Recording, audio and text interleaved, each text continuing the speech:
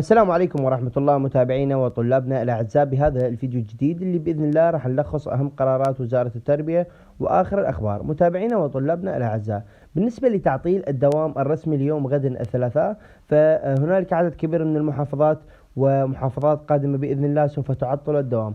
اليوم لحد هذه اللحظة المحافظات اللي أعلنت عن تعطيل الدوام اللي هي البصرة والديوانية وواسط والمثنى وأيضا محافظة بابل. هذه الخمس محافظات، باقي 13 محافظة. اقليم كردستان ما اعتقد انه هو راح يعطل الدوام، فباقي الا محافظات قليلة وباذن الله سيتم تعطيل الدوام الرسمي في كل المحافظات. والان مثل ما جاي تلاحظون هنا خبر عاجل اللي هو تم تعطيل الدوام في محافظة ذي قار. الان ايضا محافظة ذي قار اللي هو الناصرية ايضا تم تعطيل الدوام الرسمي. فالجنوب يعني بالشبه الكامل سيتم تعطيل الدوام في كل المحافظات.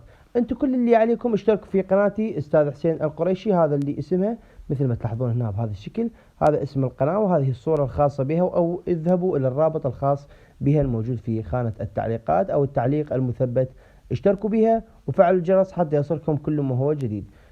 كما يمكنكم متابعة كل ما هو التفاصيل المتعلقة بالطلاب الخارجي عبر هذه القناة. فشكرا لكم على حسن المشاهدة والاستماع.